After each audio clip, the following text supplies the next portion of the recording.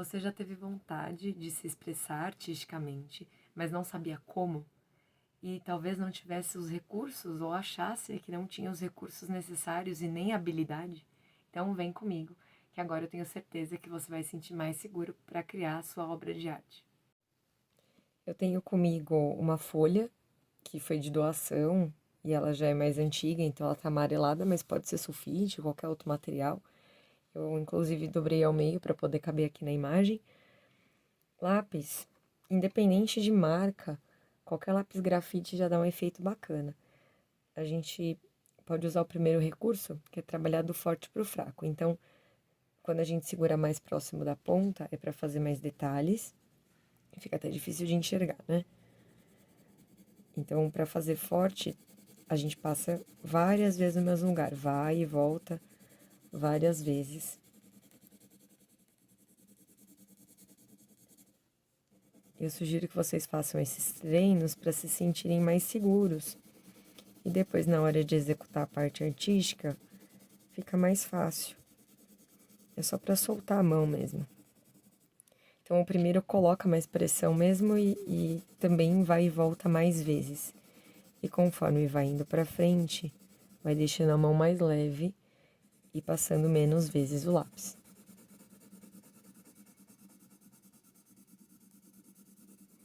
Dá para ser feito com lapiseira também, com qualquer outro material. Aqueles lápis mais.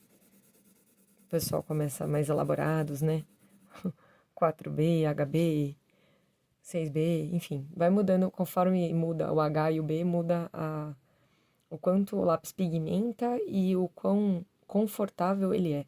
Mas isso não importa, qualquer lápis. Qualquer lápis do 1,99 vai dar certo.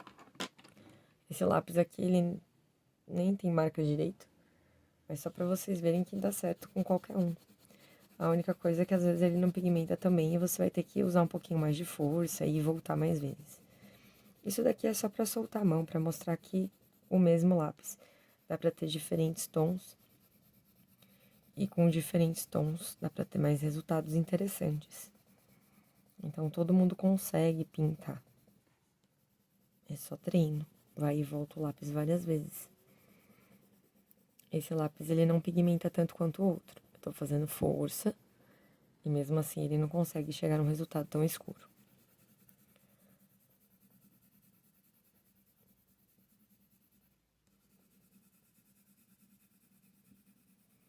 Só por uma questão de visual, assim, de enxergar, vou usar uma lapiseira agora. O outro treino a gente traz do forte pro fraco, então vai e volta várias vezes. E vai como se fosse varrendo a corzinha, ó, o grafite ele acontece isso, ele quebra, então você tem que voltar lá do mais escuro. E vai ter que colocar um pouco menos de pressão, né? Me empolguei aqui. A gente vai trazendo essa cor como se estivesse varrendo. Então, quando eu vou e volto, é como se eu estivesse varrendo o pigmento. Eu tenho que emendar uma cor no outro. E por que que a gente tá fazendo isso?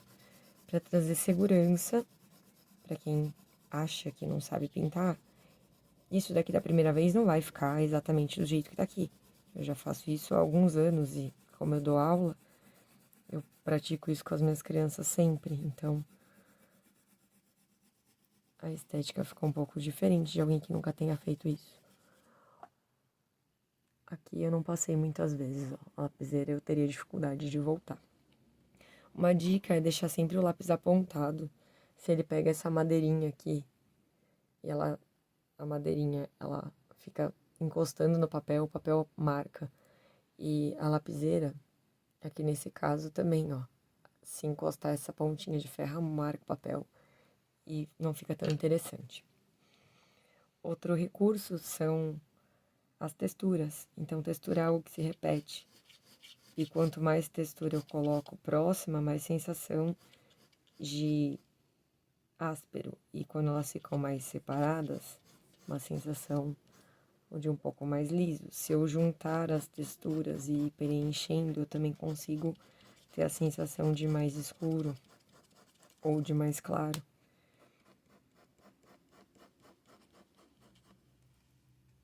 E pode ter textura de tudo quanto é tipo. Pontinho, bolinha, xizinho, coraçãozinho. elas não precisam ser regulares. Isso daqui é só para soltar os traços e a gente se sentir mais confiante. Vou voltar aqui pro lápis. Eu posso usar a textura de letra, repetindo. Qualquer coisa que eu repito pode se tornar uma textura. Números, formas. É que nem uma estampa de roupa. Vou fazer solzinho.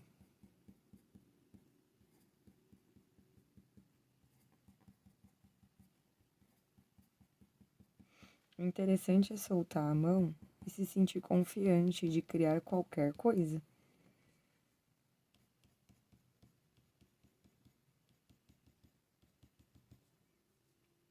Não existe certo e errado.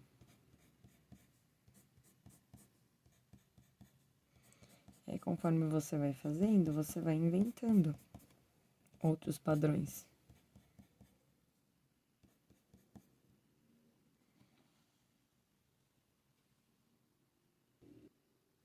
Vou substituir essa folha por outra e nós vamos fazer o desenho de um círculo. Esse círculo ele não precisa ser perfeito. Eu nem tô usando recurso de borracha aqui, apesar de ter aqui na ponta do lápis, mas eu não tô usando esse recurso. Então, traça várias vezes de leve e onde passar mais vezes é o círculo que você vai se concentrar. Não se preocupe em imperfeição, só se preocupe em externar sentimentos. A mandala, enquanto recurso terapêutico, o Jung usava bastante, mas o Jung, ele divergiu do Freud em alguns pensamentos. Ele dizia que a função da mandala é organizar o caos interno.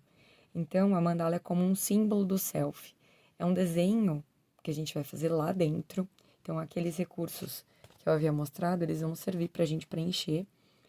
E cada um vai ter a sua vontade ali, livre. Pode ser simétrica ou assimétrica, sem grandes preocupações, sem medo de ser feliz. Pode usar cores.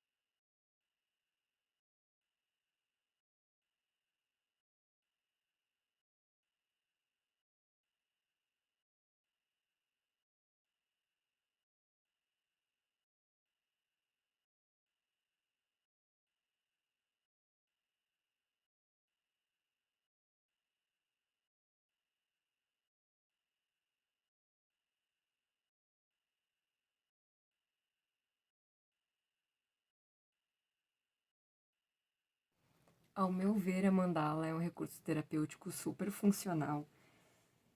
Cada um vai ter um resultado diferente. Quando a gente faz desenho abstrato, não precisa ter uma super identificação do que aquilo represente, mas traz uma paz, uma tranquilidade. Eu sugiro que vocês tentem fazer algo. Não tem a ver com a estética em si, mas tem a ver com o prazer de liberar algo que está no seu inconsciente. As mandalas, inclusive, têm sido usadas como recurso para meditação. E eu já ouvi dizer sobre escolas particulares que conseguem concentrar o estudo, o foco das crianças e dos adolescentes antes das provas fazendo mandalas, ou mesmo pintando. Hoje em dia tem vários daqueles livros para pintura e tinha em banca de jornal, enfim. Mas eu imagino, pela minha vivência, que quando a gente produz o nosso próprio desenho, acaba sendo muito mais prazeroso. É lógico que cada um traz a sua vontade própria, mas fica aqui o meu convite para que vocês possam participar e fazer alguma mandala para simbolizar o momento atual de vocês.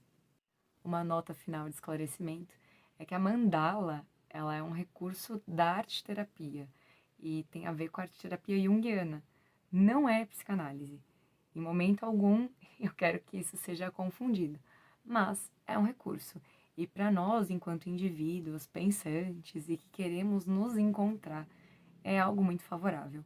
Na psicanálise, o Freud fala que os nossos desejos reprimidos, as pulsões, elas ficam arquivadas e através de recursos como a arte, isso pode ser sublimado, que é ser transformado de uma forma socialmente aceita.